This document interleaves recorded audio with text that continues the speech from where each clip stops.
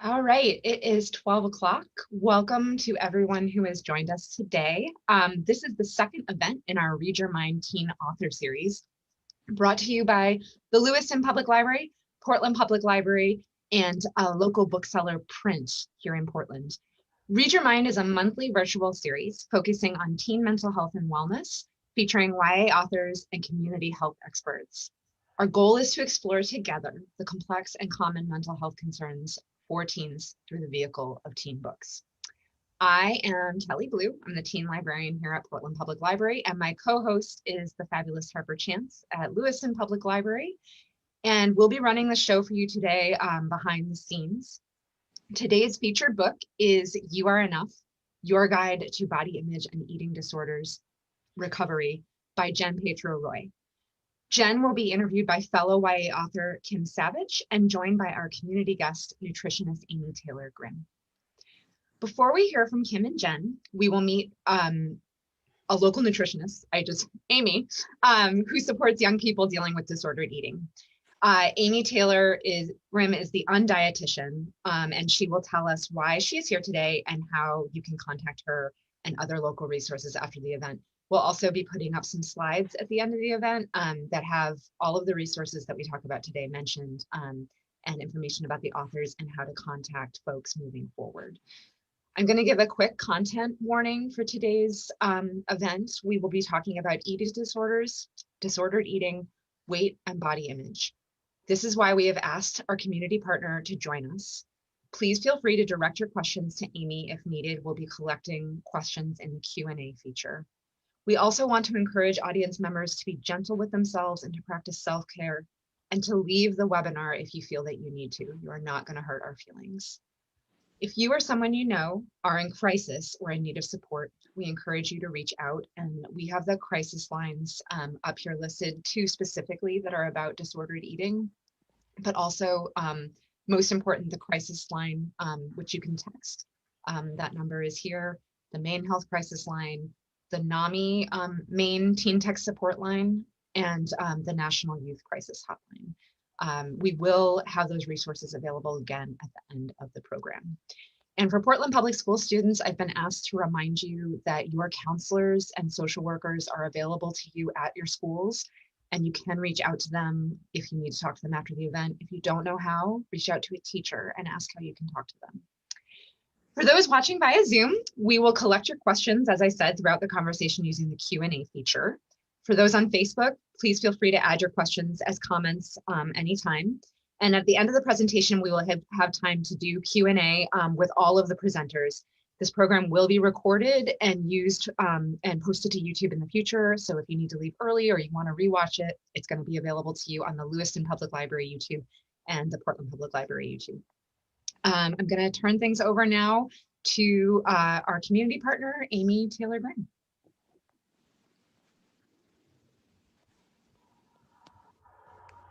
Hello, I'm Amy Taylor-Grimm, and I'm a registered dietitian in Portland.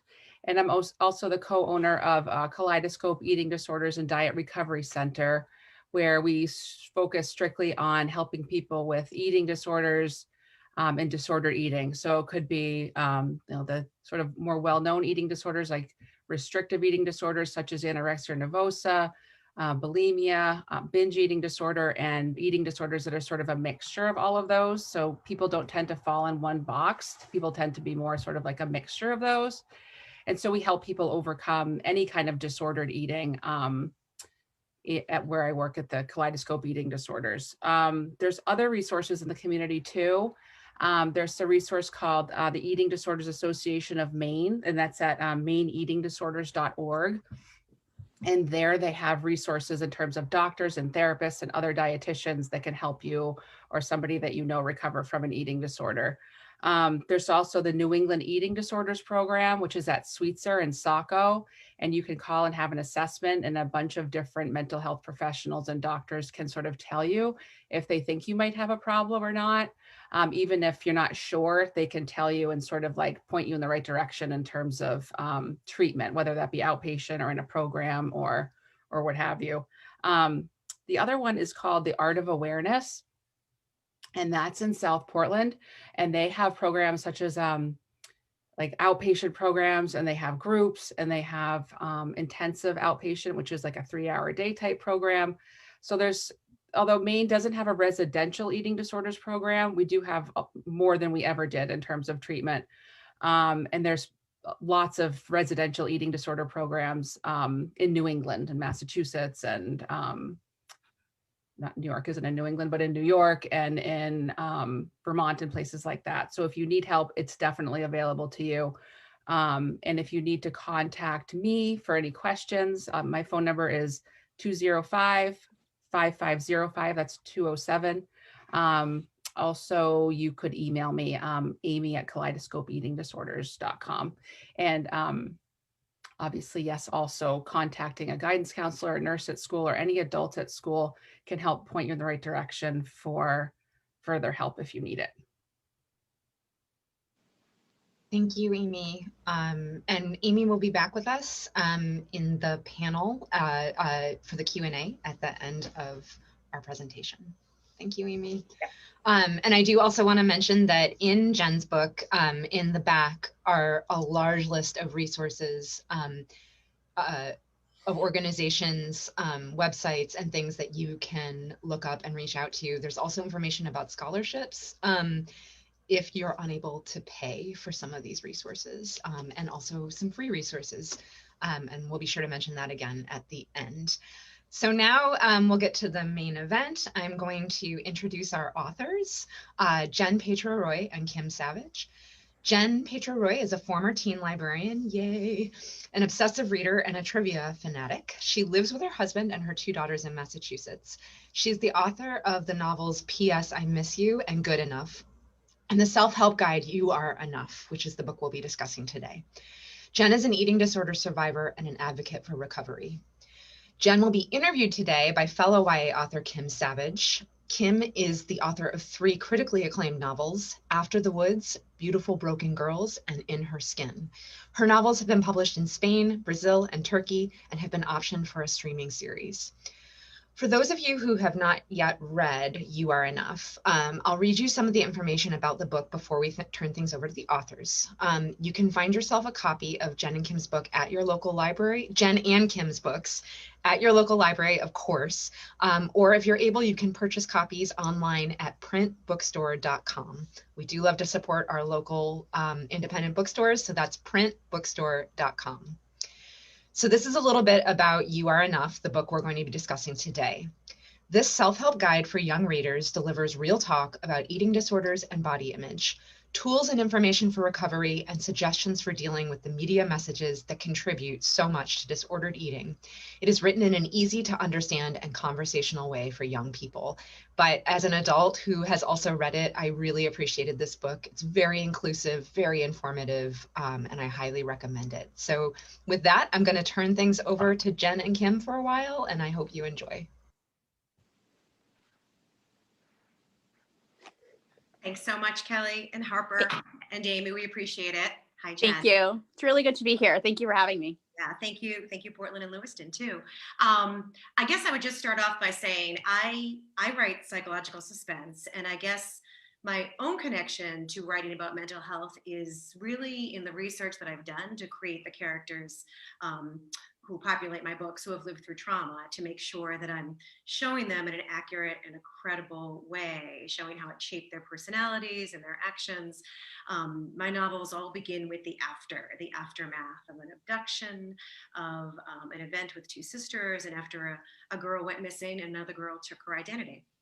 On a personal level, I'm a mother to 3 teenagers, and I write books for teens, and I've certainly been touched by disordered eating in my own life. I don't think it would be an overstatement to say that growing up as a young adult in the 80s and the 90s, in the days of Kate Moss and Ally McBeal and Heroin Chic, that among my own friends, disordered eating was the norm.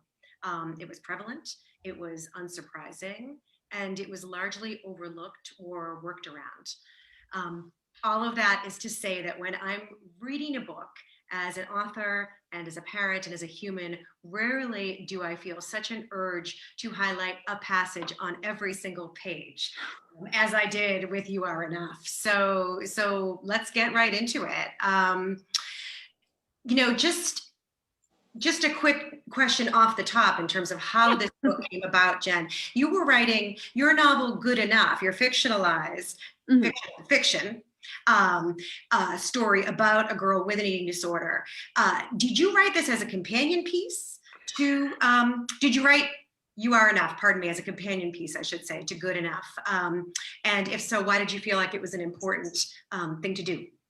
So I did in a way, actually. So Good Enough was my second novel, and it was the second book in my first book deal. And I knew I wanted to write about eating disorders. As I will discuss, I have had one myself. I've recovered. It was something I've always wanted to write about, and I wanted to write about it for middle schoolers, partially because a lot of the books I had read in the past, both growing up and in my work as a teen librarian, had focused a lot on young adults or college students who were sick and, dealing with disordered eating or a, diagnosed eating disorder. And a lot of those books kind of dealt with the person being in the midst of their disorder, like really struggling. There was a lot of just grittiness. Like there was information about how much they exercised, how much they ate, how much they purged. And there was just so much kind of despair almost. And I really wanted to write a book that dealt with the hope of everything, and how recovery was possible. So in Good Enough, it, deals with a 12-year-old girl whose name is Riley. And she is struggling with an eating disorder. And it kind of starts when she goes to treatment. And even though she is still kind of dealing with this ambiguity about whether or not she wants to recover, and the book kind of really gets into her head. And that's another thing I want to focus on, is kind of what the headspace of someone suffering is like, because I think a lot of people outside that experience don't really understand how the motivation can change basically minute to minute. But I really wanted to kind of showcase this journey of her going through recovery and ending up in this space of hope, kind of following that journey rather than the dive down into the illness itself. So while I was writing, and, in Good Enough, Riley's journey was, a lot of it was, Riley's definitely her own person, but a lot of her struggles and thoughts were based on ones that I remembered I had. And I went through a lot of my old journals in the process, which was really interesting. But I kind of had this thought that, I was wanting to write this book for middle schoolers that was hopeful and, dealt a lot with the pressures at that age group. And I thought about how there really weren't a lot of resources nonfiction wise for that age group. At least at that point, I had read a lot, geared toward college students or young adults, or, even adults dealing with eating disorders, or books that were written toward a parent of someone struggling. And I wanted to make sure there was, a book out there that had to do with the middle school, young adult, high school age group, about, the different struggles that they can get into. Because there's just, the prevalence of eating disorders is just rising as the age it begins is dropping. In my research, I found that kids as young as, age 6 are starting to go on diets. There are treatment centers that start for children at age 9. And I wanted to be able to talk about how, this struggle is for all ages and the different struggles you can run into at that age. So I wrote a proposal and sent it to my agent, who sent it to my editor, for kind of a nonfiction companion book, which could obviously be read on its own, but could also be kind of read along with the book. And they liked it. And actually, Good Enough and You're Enough were released on the same day, which was really interesting because I kind of had to bounce back and forth between edits on one and then edits on another. But it was a really nice experience because I got to kind of deal with the topic in a different way for both books, which was kind of a really great experience to talk, kind of dive into the fictional world of a character, and then kind of focus on, how recovery is approached in the real world as well. I think you just scratched the itch of all the people who like to know the behind the scenes of puzzle too, because and I know that it can be a mystery. That's incredibly cool. You spoke quite a bit about the audience and writing intentionally to a specific audience that didn't seem to have the resources that this book provides. I want to talk a little bit about the voice. I mean, it strikes me as really conversational. Some words are italicized to sort of emphasize the way someone speaks. I can hear you. I had never heard your voice. We had never met, but I can hear your voice through the story. And it really feels like, especially in the beginning, that you're trying to be very careful not to come from a didactic place. Can you speak to that a little bit? Was that intentional? It absolutely was. Yeah. I didn't want to be the preachy person who was saying, okay, this is what an eating disorder is, and this is what you have to do to recover. Because I mean, I know more than anyone that that's basically not how it is. I mean, recovery is really hard. It took me, I'd say, a good 10 years total to get to a place of full recovery, maybe 3 years in treatment programs, but then the rest of it was just kind of work I had to do on my own. And I knew that recovery took a while, and it wasn't so easy as, read this book and you're better. And I kind of wanted to be able to talk to the audience and say, I know this is hard, but there are a lot of aspects to this. And, going back and forth with my editor was really wonderful. She is queer, and the editor who worked with me on it herself, she's queer. She had disordered eating herself when she was younger. So we really worked our hardest to make sure it was really inclusive for all different types of disordered eatings, for all types of audiences. I wanted to make sure that I was covering people who were trans and non-binary and who had been dealing with chronic illnesses. Not just, granted, I am a cis white female, but I didn't want to write the book toward that audience because there's so much media out there directed toward that audience. And I wanted to make sure that, whoever was reading it knew that this was directed toward them, especially people who are also recovering in larger bodies. Because I think that's something that's so ignored, is that, you don't have to be in a small body to have an eating disorder, whether it's anorexia or bulimia or binge eating. Like, any person of any size can have a restrictive eating disorder. Even if they're larger, they can still be eating not enough than their body needs. They can be eating in a way that is making them unhappy or their life disordered. And I really want to talk about that, how people of any size, of any gender, any circumstance, how poverty can get caught up in that. And I just wanted to kind of say, I've been there, I know what it's like, but it's possible, and just kind of weave everything through that in that way. Yeah, along those lines, I thank you, by the way, for writing such an inclusive book. We spoke a little bit before this started about how much I just, on a personal level, appreciated you touching on chronic disease, because I haven't read much about chronic disease in a relationship to disordered eating. It makes a lot of sense when you've got sort of a specialized relationship with food, how something like that can evolve. So a personal perspective, I thank you on that. I wonder, in your research of different perspectives, what surprised you the most? Like, was there one thing? Was there a statistic or a personal story, an anecdote, something like that you came across that really surprised you?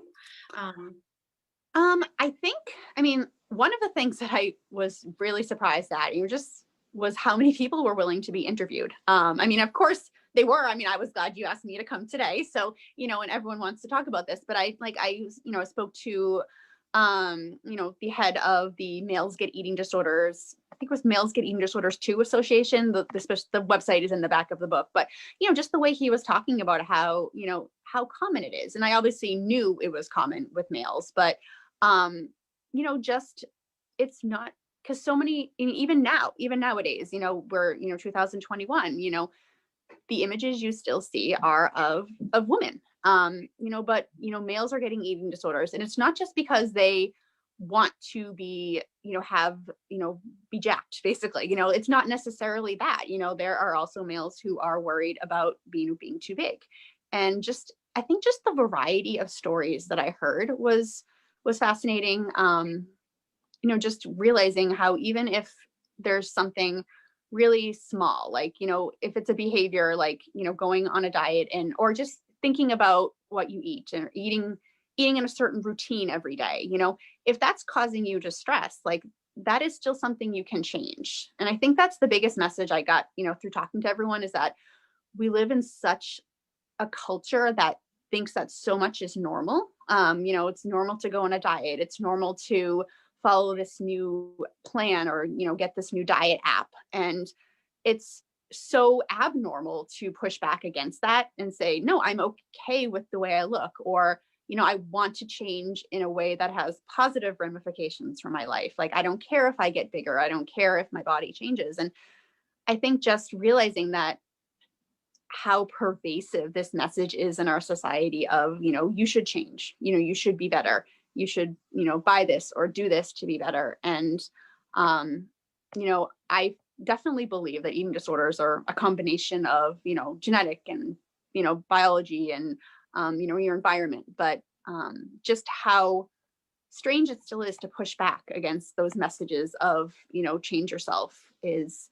And it was just really refreshing to talk to a lot of people, whatever gender, whatever size, whatever thing they're dealing with, who are starting to realize or had realized that, it's okay to be yourself and that's all right. And that was just a really nice experience when I was researching. Well, especially right now, right? And I swear I'll stop nodding. I can't stop That's nodding. okay. The equivalent of me highlighting pages. It's just also true. And so good to hear someone say, don't you think we live in such glamorous times right now? I mean, you call it selfie culture, I think, in the book. But you also make no attempt to hide sort of the ugliness of the disease and also the cure. I was really struck by the passages where you talk about sort of the pains and the discomforts of refeeding, the whole process of being cured. Were you worried at all about scaring your readers when you were including those true experiences? I mean, I wanted to make sure that I didn't make recovery sound scary, because honestly, staying sick is worse than anything that recovery can be. But I also wanted to reassure people that, if recovering is hard, like, you're not doing it wrong. It's like, if you are feeling really bloated, or if, your stomach might hurt after you eat, or, if you're, psychologically, anxious, that is very normal. And I think that's important to know, is that as you're going through recovery, you're going to be stressed out, you're going to feel bad, and it happens. And I think it's important to know that, that's only for a period of time though, and that it will pass. And for me, at least when I was, sick, that was reassuring, to know that, everyone else in this place, this treatment center that I'm in, or everyone else dealing with this, is going through this, and it will be over. And there's also a difference between, eating more, if you are restricting and you decide to, you're eating more under the, advice of a nutritionist, and you're being, following your meal plan, or, doing everything you're supposed to do and feeling bloated or feeling full. There's a difference between that. And also there's something called refeeding syndrome, which is when someone is really medically, at a very low weight. And if they eat too much, it can actually overwhelm their system and, harm their electrolytes and their system altogether. And I'm sure Amy can talk more about that, but I want to make sure to distinguish between that, that there is a difference between just kind of feeling gross, which sometimes is just psychological. And also, there are medical dangers that at some point you do have to be, monitored by professionals. So I think it's just, it was a balance between saying, this is hard, but it will get better. I remember when I was sick, someone had said to me, I think some treatment person or other, I don't remember who it was, but I remember the words, and they said, why don't you try to get better? Do what you're supposed to do for a few months. And then if you don't like it, if you don't like being recovered, you can always be sick again. And it sounds weird in a way, but like they said, I've never met anyone who chose to be sick again. And it was really true, because like, it is hard, but getting through that, get to the other side, if you don't like it, you can go back, but no one ever wants to. So that was kind of the message I also kind of wanted to get across, that it's hard, but it's worth it. Yeah, no, that makes perfect sense. We were speaking a little bit about sort of the accessibility of this book too, where it's perfect for its audience, but also parents can read it, and it's a great, fast, incredibly helpful read. And I'm wondering, I'm especially interested in the complicity of parents, and maybe that's a strong word, but in particular, the constant positive feedback loops that you talk about in the book and the negative effects of those in some families, that dynamic, and then you give them the tools to deal in the book. I'm wondering what kind of feedback you've gotten from parents about the book. Yeah, I mean, I've definitely, at a signing I actually had a mother come up to me and say that her daughter was in treatment and she had bought the books for her daughter. And she said that they had helped her like so much and helped her and her daughter. And, you know, comments like that just make my heart grow 3 sizes. But it's really, it's interesting. I mean, you said the word complicit. Like, I definitely never would say that, you know, someone's That was my word. complicit. Yeah, wasn't it? No, I'm trying, because it's an interesting word, because you hear it a lot and I understand exactly what you're going for. Like, because I think it has to do with dynamics. You know, there are a lot of family dynamics and interpersonal dynamics that can, you know, cause any sort of situation in a family. And I think that's why communication is so important and why it's so hard for a lot of people to recover if they don't have that communication or don't have a supportive family, which is why I think it's so important to be able to find, you know, someone you can talk to, whether it's a, you know, a trusted friend or a family member, or finding a treatment professional who you can, you know, be able to talk about your fears with. Because, you know, a lot of the times families are doing things that, you know, may make recovery more difficult for someone. You know, there may be parents who are on diets, you know, parents who maybe are in larger bodies and don't like it and may make, you know, comments about things, you know, that may not be helpful to someone in recovery. You know, sometimes parents may not be willing to listen. But, you know, I think that family therapy, you know, if it's ever an option, can help to talk about how communication can, you know, can do better. I know when I was sick, you know, my parents at some points, they, you know, tended to be what like they called like the food police, and they were always watching what I ate and trying to add more to it. And, you know, why it was good intentions, of course, but it really kind of messed with me feeling in charge of what I was doing, and, you know, felt like I didn't have that trust that I needed to develop both in them and in myself to kind of go forward. Because, you know, as you grow up, your parents aren't always going to be around and you have to be able to do things for yourself. So it's just kind of, I think, finding that balance. And I think it's important for parents sometimes to read or, you know, hear that, you know, their kids do need to do this for themselves eventually. But they're also such a critical part of the process at first too. But, you know, there are a lot of, you know, therapy models, family-based therapy, when, you know, parents, especially when kids are really deep into their eating disorder and they really can't physically feed themselves, you know, just having the parents kind of take control of it. So I think it's just kind of a conversation about what stage someone's in and what they need. But, you know, if a family is supportive and, you know, the people who do have that are, you know, incredibly lucky, it's wonderful, you know, for parents to realize that it's a disease. And I think that's something that a lot of people and family members may not realize, that, you know, it's absolutely a person's choice whether to put food in their mouth, whether to purge, whether to exercise, whether to do whatever. You know, it is a choice someone is making, you know, and you often hear that blaming, like, you know, you're choosing to do this, you're choosing to be sick, why are you doing this? But it's not that simple, because I think a lot of people don't realize what goes on in someone's brain. You know, just like when someone's depressed, you can't just say, you know, be happy, you know, think of something happy and be happy. It's really hard to kind of just flip that switch and say, okay, I'm not afraid of this anymore, because there's so much bound up in it. Like, someone's not necessarily afraid of food, they're not necessarily afraid of weight. And it feels like that in the moment, but a lot of it is, you know, for me, when I was sick, a lot of it was, I was really afraid of the future. I was really afraid that when I grew up, I wouldn't kind of fulfill my potential almost. Like, I was really afraid that I would grow up and I would just be a failure. And I was really afraid of failing. And this was kind of my way to be in control of something and succeed at something. And giving that up would mean that I would have to kind of face that I would have to do things on my own without this crutch. And it took a lot of therapy to realize that, but it, you know, there's a lot bound up in it. And I think parents need to realize that it's not just necessarily, you know, eat this cookie, but there are a lot of strings that have to be unraveled.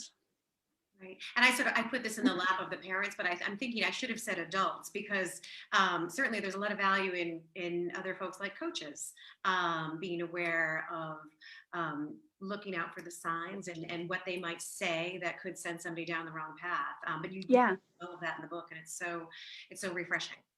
It's really Yeah, especially I think since kids are getting so into sports at such a young age now.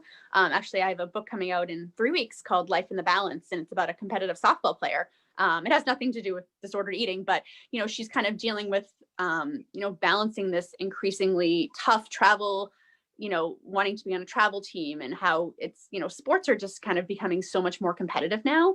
And I think, you know, at a young age, if people are starting to focus on, I need to be good at this, and if coaches are commenting on their body or their times or this or that, you know, and, you know, ballerinas, and, you know, it's difficult, I think, and especially in so many areas. Yes. Yes. You know, I do want to make sure that I know we're probably getting close on time, that I mentioned the obvious. You wrote this in 2019. This has been a heck of a year. It was yeah. You know, a few months ago, the CDC came out with their report about the rise in hospital visits. I'm sure you're up to date on all of this, of course, but I think it was between April and October of last year, hospitals across the U.S. saw something like a 24% increase in mental health emergency visits for kids. And those are the young kids. I think that was between 5 and 11. And then there was an even higher increase for kids between the ages of 12 and 17. So proportionally, we all know that mental health visits to hospitals are higher than before. Have you given any thought to how you might change or maybe add to what you've already written in light of this very, very strange year? Macmillan, are you listening? I haven't, but actually that's a really paperback. That's a really interesting point. I mean, I noticed myself, like I have my 9-year-old daughter, and she was really struggling in the spring, just being away from her friends. She's a huge extrovert. And, you know, she was having a really rough time and having some really sad moments just kind of being away. And I think, especially for kids and teenagers who are predisposed to anxiety or to, you know, maladaptive coping mechanisms, you know, this really was a powder keg. You know, you're stuck at home, especially if, you know, your family situation or your house situation is something that exacerbates your anxiety. You know, you don't have a routine. You know, for me, when I was recovering, I remember having a routine was so important. You know, I knew I had meals at this time. I knew I had to be somewhere at a certain point. So if I was tempted to, you know, exercise, which was one of my difficulties in recovering, I knew I didn't do that because I had to like go to my job, you know, and it was like there were barriers in place to stop me from certain behaviors, because until I could get strong enough to do that on my own, and until I, you know, got strong enough not to have those urges anymore. You know, but there's no routine anymore, and, you know, the world has felt like it was falling apart. Hopefully there's a little bit of hope now. But yeah, I mean, I have a friend who was struggling a lot more during quarantine, and she was mentioning to me that, you know, she was thinking about going into a treatment program, but everything was just booked solid. So it's, you know, it's sad. I'm glad there's support out there for people, absolutely, but, you know, it's hard when all these you know, the structures that you're used to go away, which is why it's, you know, it's just so important that, you know, people reach out to, you know, nutritionists like Amy, or you know, if they have therapists or someone to talk to. And, you know, I think that, as awful as it's been, you know, being on Zoom all the time, you know, it's nice to be able to have that social contact when it's possible. But I think, you know, it's a hard time, I think, for people, you know, with mental health issues right now. Yeah. You know, just one last question, sort of writer to writer. I know your next book, you said, is about sports. It sounds like it's about sort of the intensity, perhaps, around sports right now in some sense. But I wondered if, I know I'm always writing about the same thing. I'm always writing about, we all are. Same. Every story is different, but I'm always writing about female friendships that supersede the romantic in girls' lives. That's my story. I love that. Yeah, well, I can't stop writing about it. But I wonder if this will always be your story in some sense, that you will keep writing. Whether I've realized that I do gravitate toward kind of, my theme is kind of realizing, honestly, it actually is like, you are enough. my debut book, P.S. I Miss You, was is written in letters, and it was about a girl kind of struggling to come to terms with her sexuality, realizing she had a crush on a girl, while also kind of realizing that she may not believe some of the same things religion-wise as her parents did. My second book, Good Enough, dealt with a girl recovering from an eating disorder. And Life in the Balance, which is out February 16th, it's about a girl, her name's Veronica, and she has been playing competitive softball all her life and is finally old enough to try out for the travel team in her town. But at the same time, her mother actually tells her that she's going into rehab for her alcoholism. And because it's so expensive, she may not have the money to sign up for the travel team with all the fees. So she decides that she is going to try out for the school talent show and see if she can win some money. And in the process, finds out that she really likes singing and is wondering whether she should kind of put all of her efforts towards softball anymore, or in the process, same as her mom, she can try to find, balance, life in the balance. But I've found that I just really gravitate toward, kids trying to realize who they are, whether in relationship to the world or to other people, and complicated family relationships too, somehow. I hear you. Well, readers are better for it. I think it probably makes sense to open this up to questions. Kelly and Harper, do you think it's time to do that?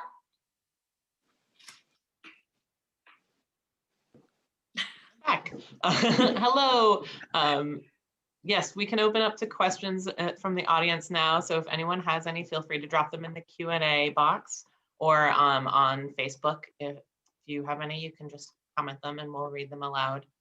And Amy, if you want to come back, you're welcome to I think we'll probably have some questions from.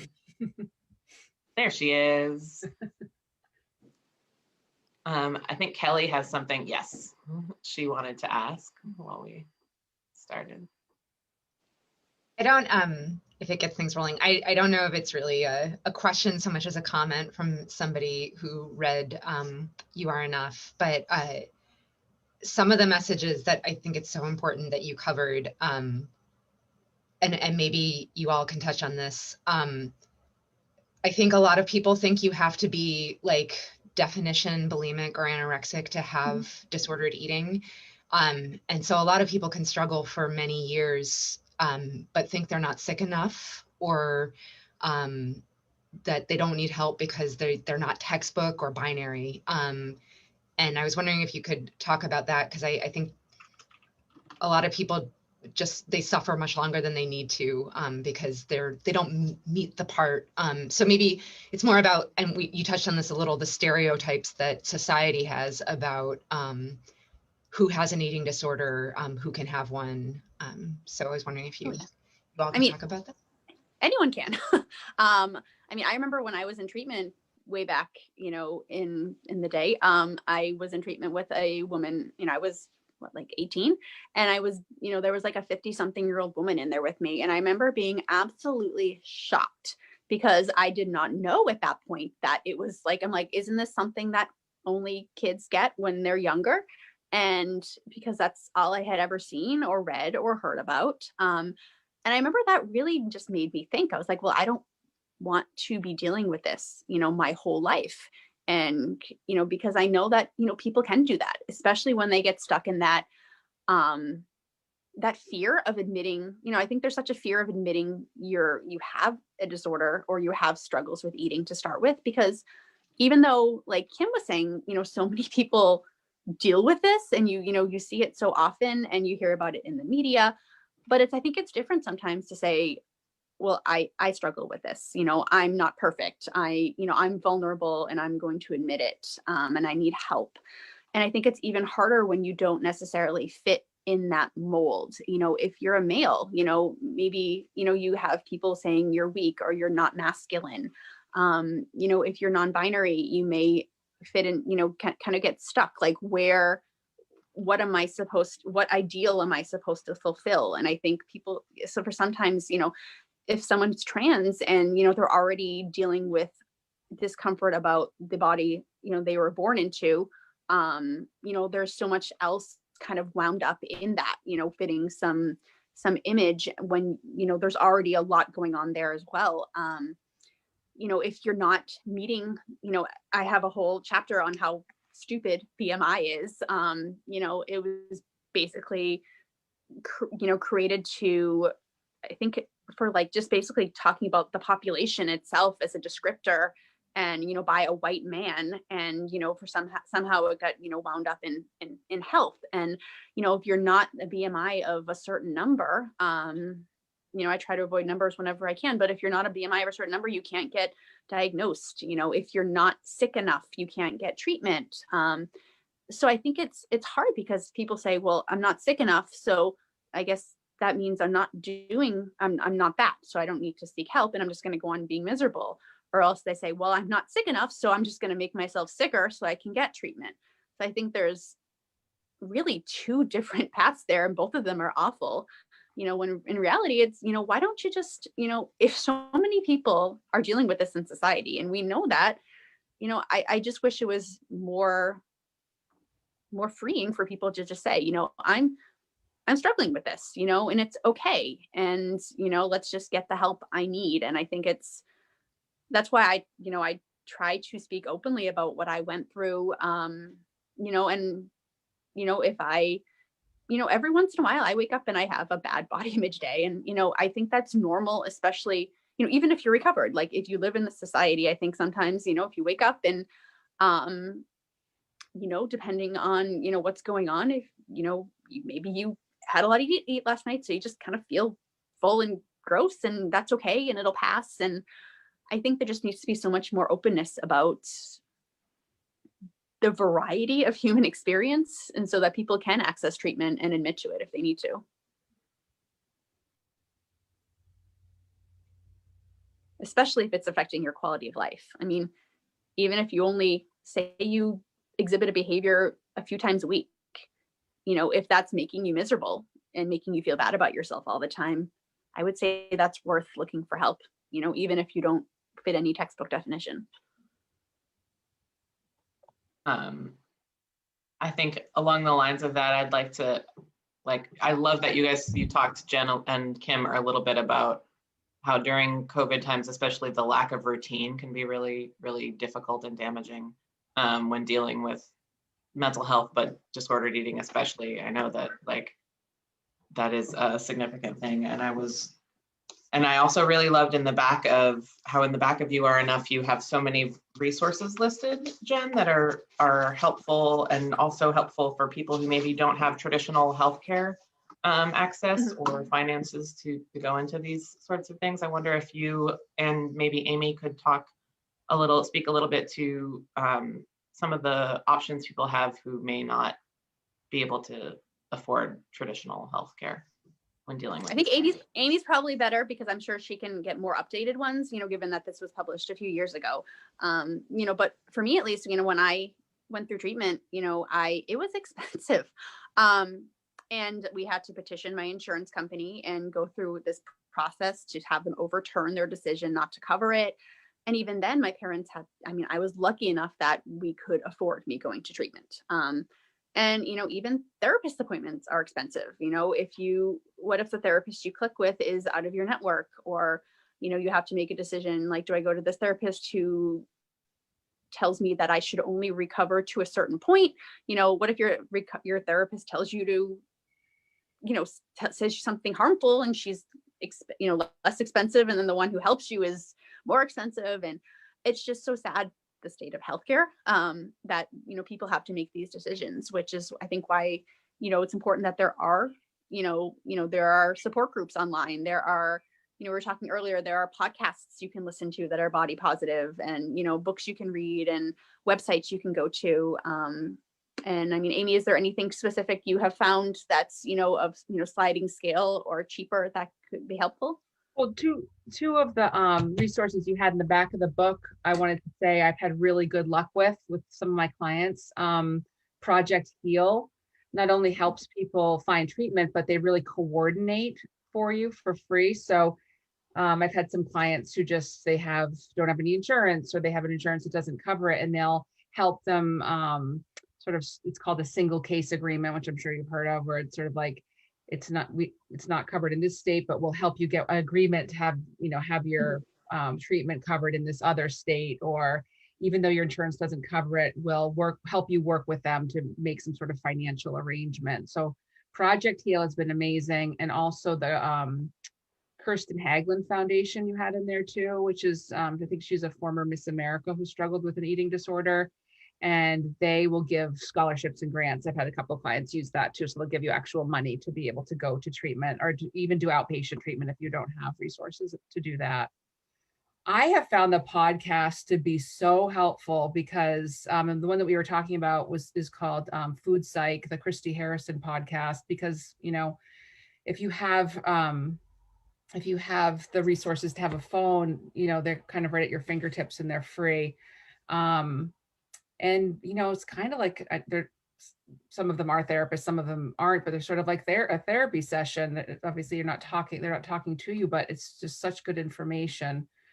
One thing that I also tell people a lot is that, especially I know a lot of teens and middle schoolers are on Instagram. And I think that sometimes that can get really tricky is by, you're always looking at your friends and they're, if they're on Snapchat, they're in a filter, or, they're on Instagram, they're posed with a specific light and, everyone looks so great. And I think it's really important to diversify your Instagram feed. I have some resources I can send to Kelly and Harper as well, like accounts you can follow, but there are a lot of just really fat positive and body positive feeds that you can find, whether they post affirmations or just people in larger bodies, just kind of enjoying their lives. And I find that that's really helpful. Just to kind of, as you're scrolling through Instagram, you're not just seeing your friends posting these images of, everything wonderful going on. They're not necessarily going on vacations now, hopefully, but, like you always see these, posed happy pictures of people, but then you just see like, oh, here's someone in a larger body, or someone talking about how they're confident with themselves, or, someone, a happy, a positive quote about recovery, and just kind of having that constantly scroll through your feed. And it just becomes so normal because I think, people in our society, you face even if you're not looking at magazines or like, looking at supermodels, like if you're watching TV, you see people in makeup and in, generally smaller bodies. So it's so nice to get like this just visual representation that, everyone's different, and it's just having it there and be normal.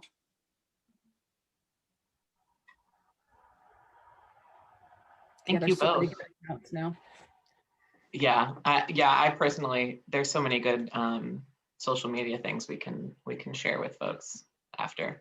I think as a follow-up to that, it would be like to have some discussion on like advice for young people who maybe don't have supportive adults in their life and might be navigating this on their own. I know that is a frequent thing. You and Kim talked about it a little bit earlier. But do you have any suggestions for young people who are sort of dealing with families that may not have the best attitudes around body weight and food and size and all of that? I mean, if those families are, willing to, help their kids into, to find a therapist or a nutritionist or, some sort of professional they can talk to, sometimes like a doctor or a teacher or a coach, depending on a relationship you have with someone, I think that can always be a possibility. Someone you can talk to about, or even a friend who's a peer, someone who will be able to listen and tell you they love you, despite what you look like or despite what you're dealing with. And I think it's so important to find those communities, and as awful as sometimes you hear about online being, like with, the selfies and this and that. And, I know there's so many pro eating disorder message boards out there. I mean, I don't think as many now. Everyone, people are cracking down, but the internet is actually really great for support. There are a lot of places you can find communities of people who are, supporting each other or working together toward, a common goal of, pushing back against, diet culture and all that. So I think, being able to find, either an online support group, an in-person support group, there are definitely places out there to reach. And I think as long as you have someone to talk to, I think that's important.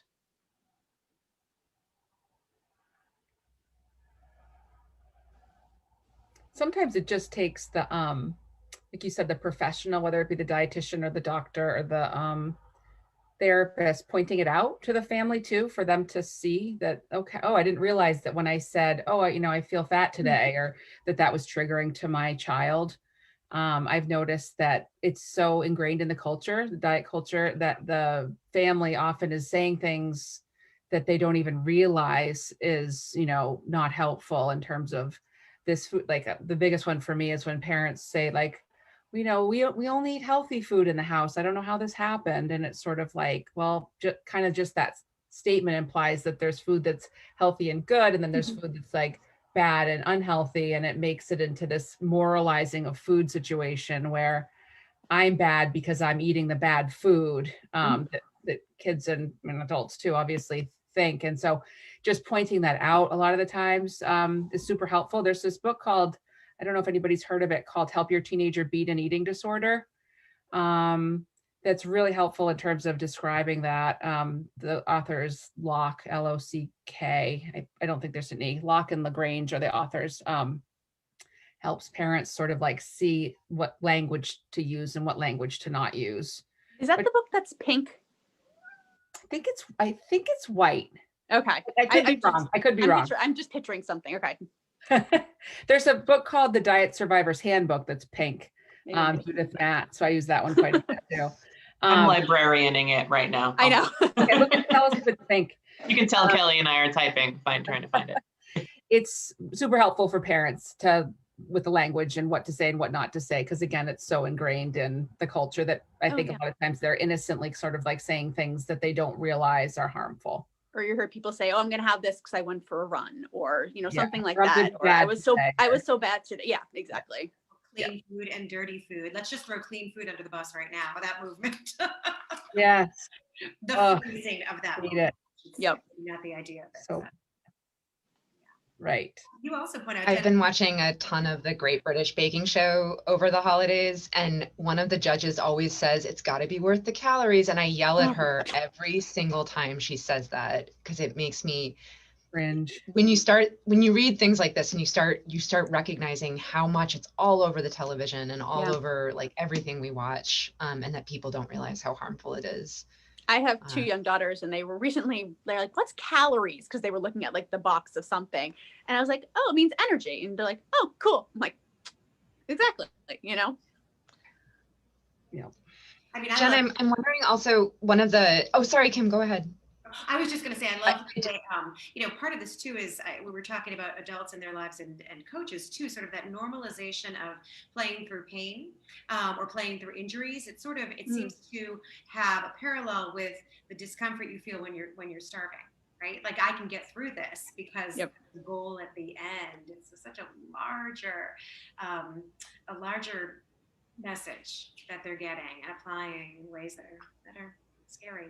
Yeah, it's a really good point. I'm sorry. My question was also about exercise, and a lot of your book is also about the dual component of over-exercise with the disordered eating, and they don't always go hand in hand, but they often do.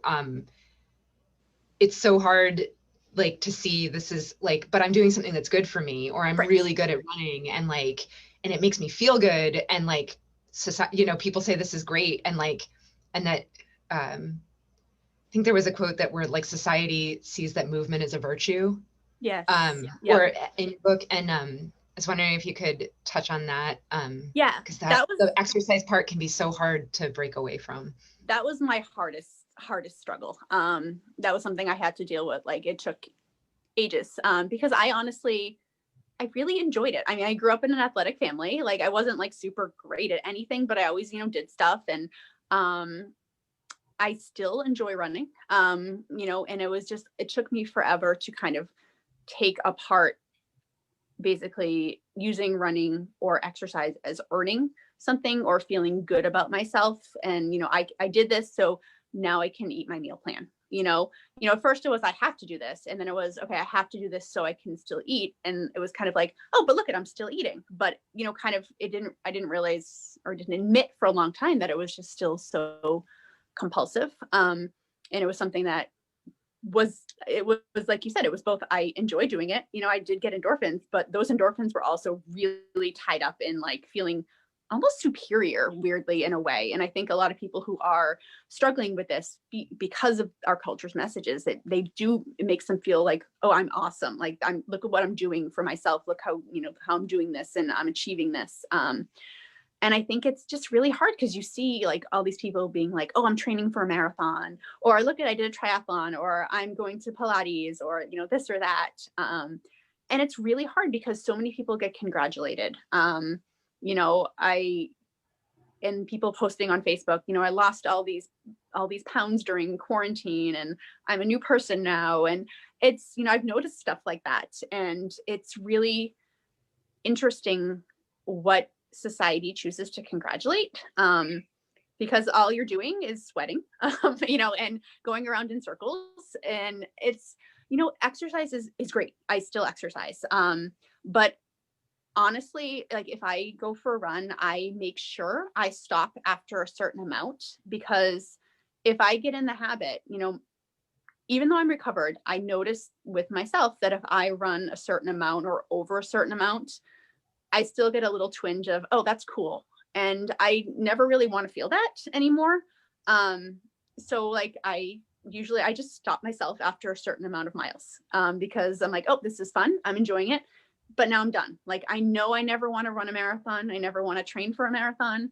I've done half marathons before. And when I did train for a half marathon, by the end of my training cycle, my brain was starting to go a little weird. And I said, okay, no more. So like, even though I'm recovered, there are still things I know I have to look out for. Like, I know I can never diet. I know I can never train for something. Like, exercise is just, it has to be fun for me.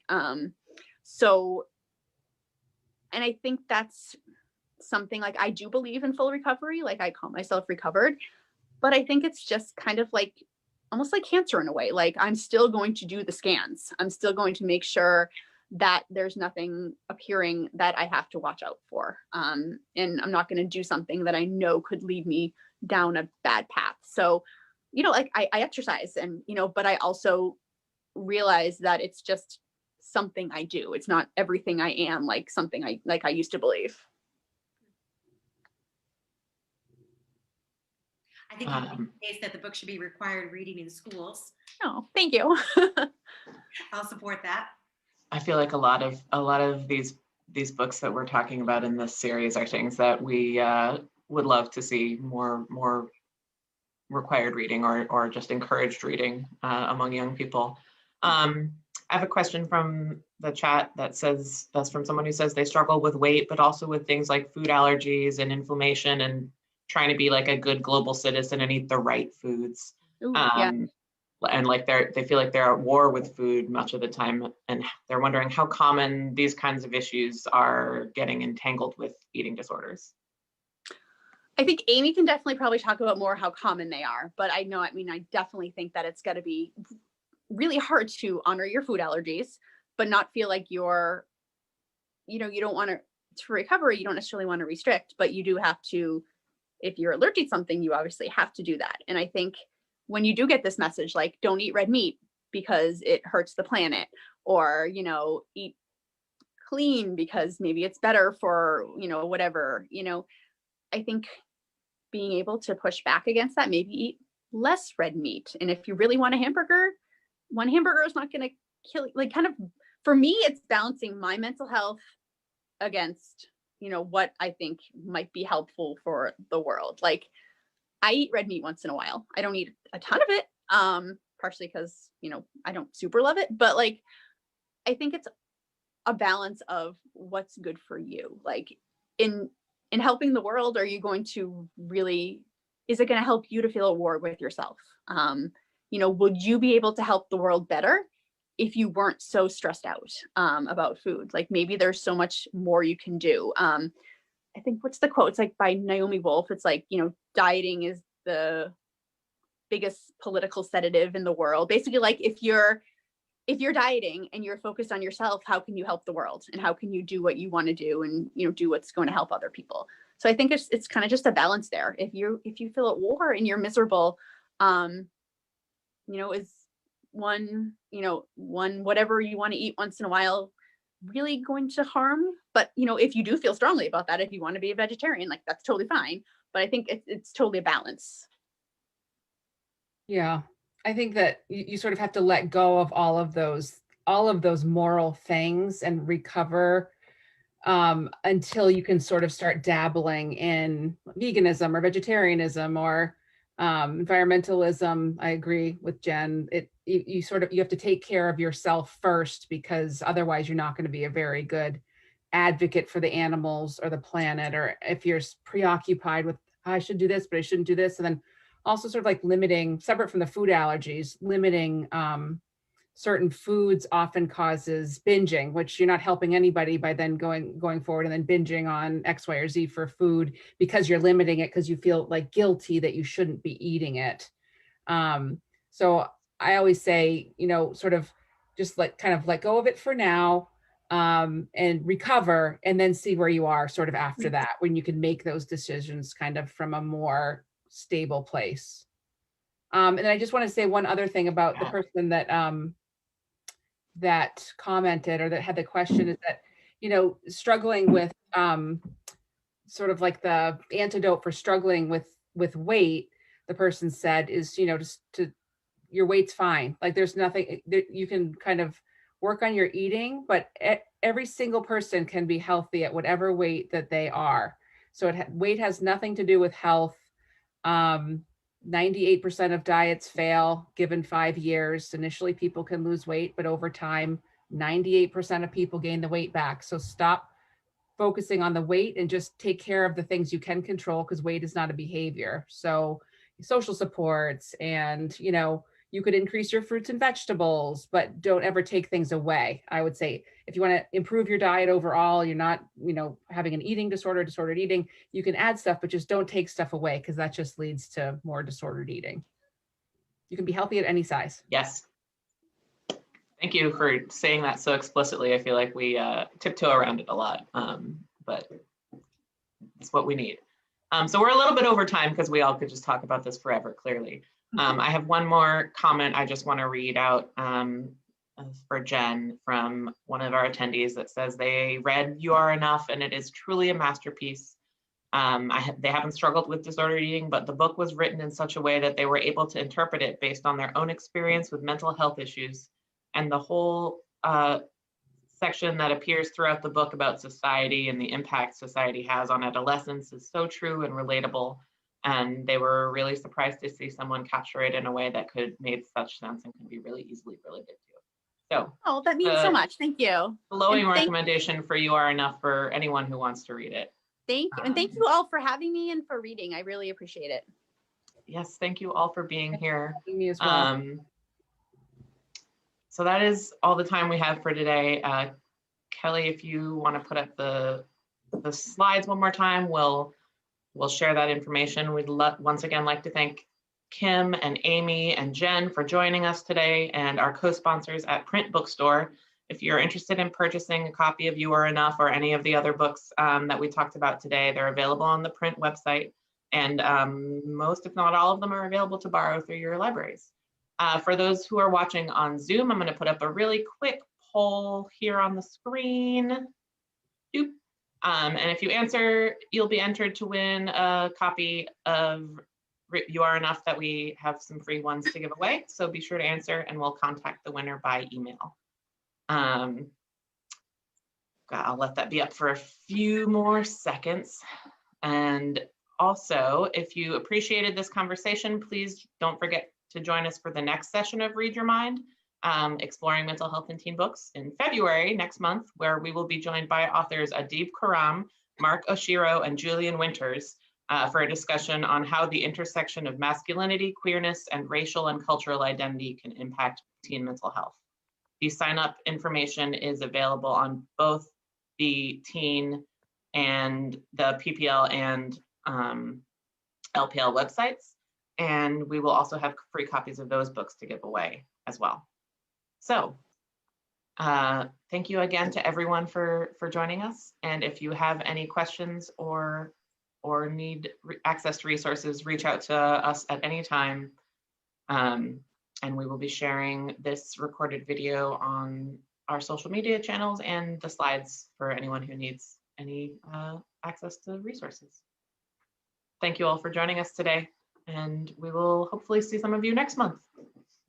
Bye. Thank you. Bye. Bye. Thank you, Thank you. everybody. Panelists. Yeah.